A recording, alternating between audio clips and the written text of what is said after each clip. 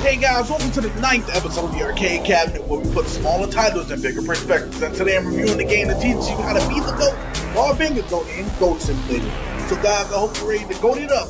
So let's get started. The simulator games have finally come to next-gen consoles, and Goat Simulator is a major one.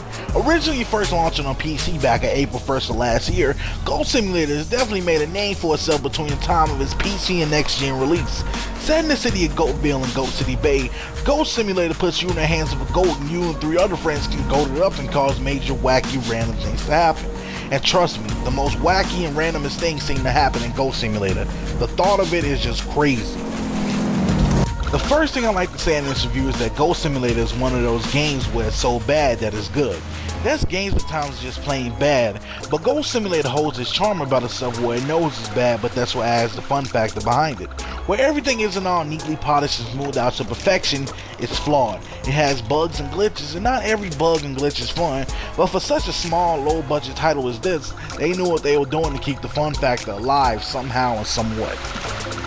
Goat Simulator has this random and crazy aspect behind it where you can do the most random things in the game and get rewarded from it. Licking people over and over again, you get rewarded. You do a headbutt in slow motion while spinning the camera and get it labeled as a 360 no-scope, you get rewarded. Buy the other ghosts just sitting in a tree, you get rewarded. Goat Simulator has some crazy and wacky things in the game to keep it fresh and new, because there's literally always something to do in each map. From goat fights to portal finding to even skateboarding, Goat Simulator has it all. Another cool thing that Goat Simulator has to keep the mischief going is mutators. Mutators are a special usage thing to keep the wackiness going. They have a goat form mutator which you use the dragon shout from Skyrim, the ghost spin which takes Sonic famous spinning ball form and use it everywhere you go, and even one where you turn people into watermelon. The other ones are mainly goat skins that have some type of benefit on the skin you're wearing.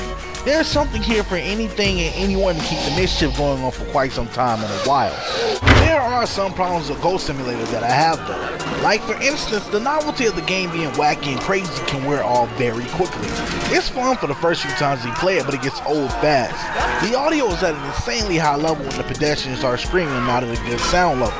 The animations on the pedestrians are stiff, and the time trials and other trials in Goat Simulator will never show a thorough and clear objective. It doesn't burden the game, but it does show the major flaws behind this game. All in all, Goat Simulator is a funny game, crazy game, has a lot of random stuff behind it that makes it fun and crazy to play. It's pure wacky randomness and it's great. The mutators make it fun with friends and everyone has a good time. But the flaws that come from Goat Simulator show heavily. If you're looking for something that's polished, smooth, and almost bug-free, then this isn't the game for you. But if you're looking for a good time waster and something you can laugh at, then this is for you. I'll be giving Goat Simulator a 2.5 out of 5. Alright guys, that concludes today's episode of the Arcade Cabinet. Tune in next week where I'll be reviewing the emotional, heavily story-driven puzzle game, Valiant Hearts. Also, do you have a request? Do you want to see a title on a future episode of the Arcade Cabinet? Well, you can email me at TheArcadeCab@gmail.com and I'll make sure to get back to you as soon as possible. Also, going down Monday is my Devil May Cry review, so stay tuned for that. I'd like to give a very special shout out to Lost and Rigo for the Goat Simulator request today in the Arcade Cab email. And I'd like to give a very special shout out to TheProdigalEnigma for the beat usage today. If you want to check out any of his work, I'll put the link in the description box below. So until next week, tune in, turn up, and throw down. I'm out.